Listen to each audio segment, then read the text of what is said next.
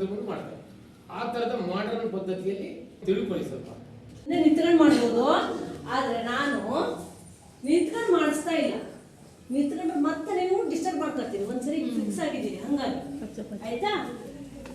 ಈಗ ನಾನು ಹೇಳೋದನ್ನ ಕೇಳ್ಕೋಬೇಕು. ಫಸ್ಟು ಇಷ್ಟು ಮಾಡ್ಬೋದಲ್ಲ, ಇಷ್ಟು ಮಾಡೋಷ್ಟು ಜಾಗ ಇದೆ, ಕೈ ಆರಾಮಾಗಿರ್ತಾರೆ, ಆರಾಮಾಗಿರ್ತಾರೆ. ಬೆನ್ನು ನೆಟ್ಟಿಗಿದೆ ಅಲ್ಲ ಎಲ್ಲರದ್ದು, ವೆರಿ ಗುಡ್. ಅಷ್ಟು ಸ್ಟ್ರೈಟ್ ಇದೀರಲ್ಲ, ವೆರಿ ಗುಡ್, ಚಂದ ಕಾಣ್ತಾ ಇದ್ದೀರಿ.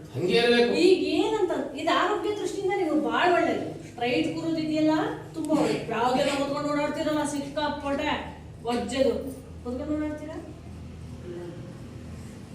ಬ್ಯಾಗ್ ಎಲ್ಲ ಹೊತ್ಕೊಂಡು ಇನ್ನೂ ಜಾಸ್ತಿ ಶಕ್ತಿ ಬೇಕಲ್ಲ ನಿಮ್ಗೆ. ಅದಕ್ಕೆ ಬೆನ್ನು ನೆಟ್ಟಿಗಿರ್ಬೇಕು. ಬೆನ್ನು ಮೂರಿ ನೆಟ್ಟಿಗಿದ್ರೆ ನಿಮ್ಮ ಇಡೀ ಆರೋಗ್ಯ ಆರಾಮಾಗಿರುತ್ತೆ.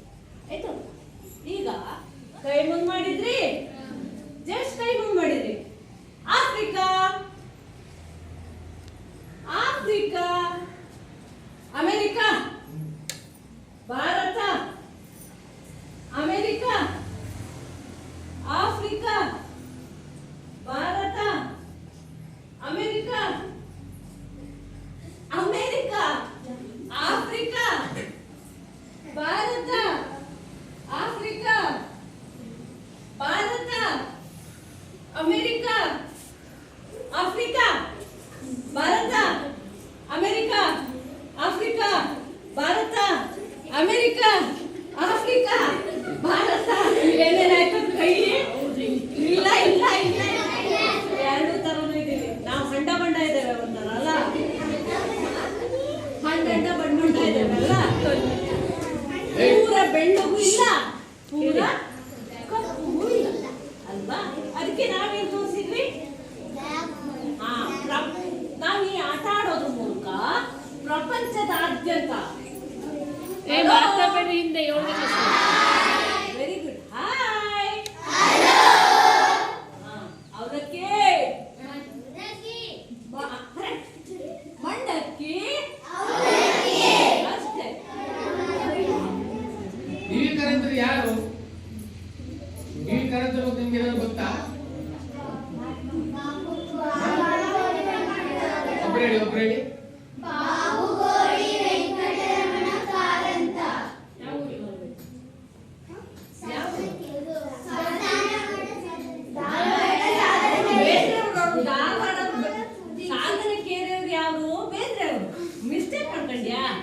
ದಕ್ಷಿಣ ಕನ್ನಡ ಜಿಲ್ಲೆ ಬಂಟ್ವಾಳ ತಾಲೂಕಿನ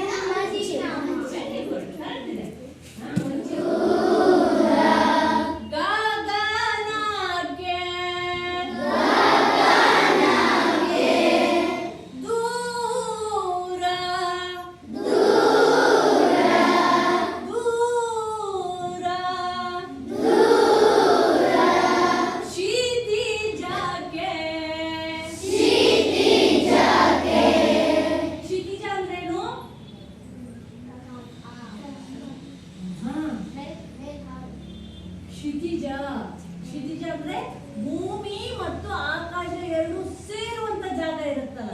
ಸೇರ್ತದ? ಇಲ್ಲ, ಸೇರದಿಲ್ಲ. ನಮಗೆ ನೋಡಿದಾಗ ಕಾಣುತ್ತಲ್ಲ, ಅದೆರಡು ಒಂದಾಗ್ಬಿಟ್ಟಿದೆ ಅನ್ಸುತ್ತೆ ಒಂದು ದೂರದಲ್ಲಿ. ಅಲ್ಲಲ್ಲ, ಈಗ ಅಲ್ಲಲ್ಲ, ಕಾಣುತ್ತಲ್ಲ, ಹಾಗೆ ಕಾಣುತ್ತೆ ನೋಡಿ. ನೀವು ಹೊರಗಡೆ ಹೋಗಿ ನೋಡಿದಾಗ ಆಕಾಶ ಮತ್ತು ಭೂಮಿ ಎರಡು ಟಚ್ ಆಗ್ಬಿಟ್ಟಿದೆ ಅನ್ಸುತ್ತೆ. ಆ ಜಾಗವನ್ನ ಕ್ಷಿತಿಜ ಅಂತ ಕರೀತಾರೆ. ಅಲ್ಲಿ ಹಾರೋಗ್ಬಿಡೋಣ ನಾವು ಅಂತ ಯಾರು ಹೇಳ್ತಾ ಇದೆ? ಗಿಳಿಯನ್ನು ತಗೊಬಂದು ಏನ್ ಮಾಡಿದ್ದಾರೆ? ಹಿಡ್ಕೊಬಂದು ರಾಜಭಟ್ರೆಲ್ಲ ಏನ್ ಮಾಡಿದ್ದಾರೆ? ಅದನ್ನ ಹಿಡ್ಕೊಬಂದು ಒಂದು ಪಂಜರದೊಳಗೆ ಹಾಕಿದ್ದಾರೆ. ಅದು ನಾವೇನ್ ಮಾಡೋಣ ಅಂತ ಇದೆ, ಇಡೀ ಗಿಳಿ ಹಿಂದೆ ಏನ್ ಮಾಡ್ತಾ ಇದೆ? ನಾವು ಹಾರೋಗೋಣ. ಎಲ್ಲೆಲ್ಲಿ? ದೂರ. ಇನ್ನೊಮ್ಮೆ ಹೇಳಿ, ಹಾರೋಣ ಬಾ.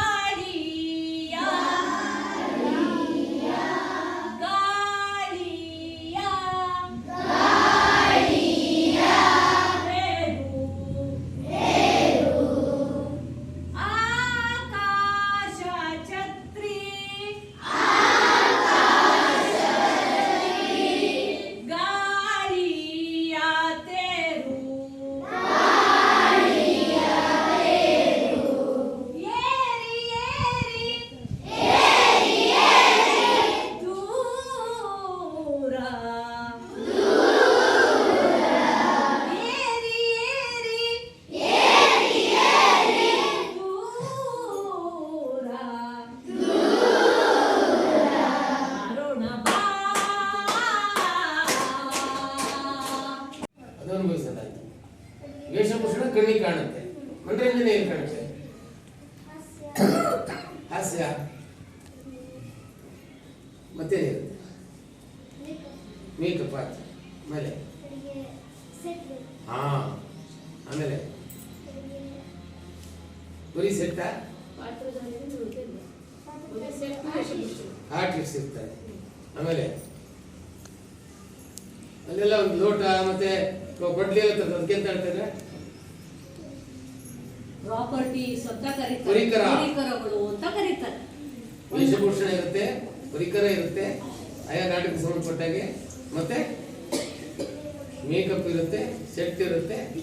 ಆ ಸೆಟ್ಟು ಮೇಕಪ್ ಅನ್ನೆಲ್ಲ ಕಾಣಿಸ್ಲಿಕ್ಕೆ ಒಂದು ಆವರಣ ಇರುತ್ತೆ. ಅದ್ಯಾವುದು? ಪರದೆಗಳು. ಕಪ್ಪು ಪರದೆ ಹಿಂದ್ಗಡೆ ಇರುತ್ತೆ, ಅಕ್ಕಪಕ್ಕ 2 ಪರದೆ ಇರುತ್ತೆ. ಅದು ಯಾಕಿರುತ್ತೆ? ನೀವು ನಾಟಕದ ಪಾತ್ರಧಾರಿಗಳಿಗೆ ಬಂದಾಗ ಮಾತ್ರ ನಿಮ್ಮನ್ನು ತೋರಿಸೋದು. ಉಳಿದ ಟೈಮಲ್ಲಿ ನೀವಲ್ಲಿ ಯಾರಿಗೂ ಕಾಣದಿದ್ದಾಗ ಇರಬೇಕು. ಅದಕ್ಕೋಸ್ಕರ ಮಾಡಿರ್ತಾರೆ. ಒಂದು ನಾಟಕ ಅಥವಾ ಒಂದು ಯಾವುದೇ ಕಲಾ ಚಟುವಟಿಕೆ ಇಟ್ಕೊಳ್ಳಿ, ಅದು ನಡಿಬೇಕಾದ್ರೆ ಕನಿಷ್ಠ ಎಷ್ಟು ಜನ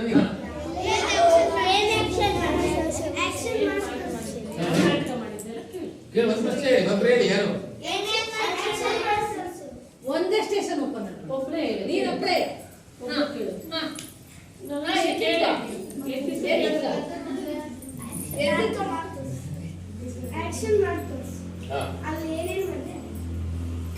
ಏನ್ ಮಾಡ್ತೀಯಾ? ಫಸ್ಟ್ ನೀನ್ ಗೊತ್ತಿರಲ್ಲ ಬರೋದು ಹೆಂಗೆ ಅಂತ ಅಲ್ಲಿ ತನಕ ಹೋಗೋದು ತೋರ್ಸು. ಇಲ್ಲಿಂದ ಅಲ್ಲಿ ತನಕ ನೀವ್ ಹೆಂಗ್ ಬರ್ತಿದ್ದೆ ಅಂತ ತೋರ್ಸು.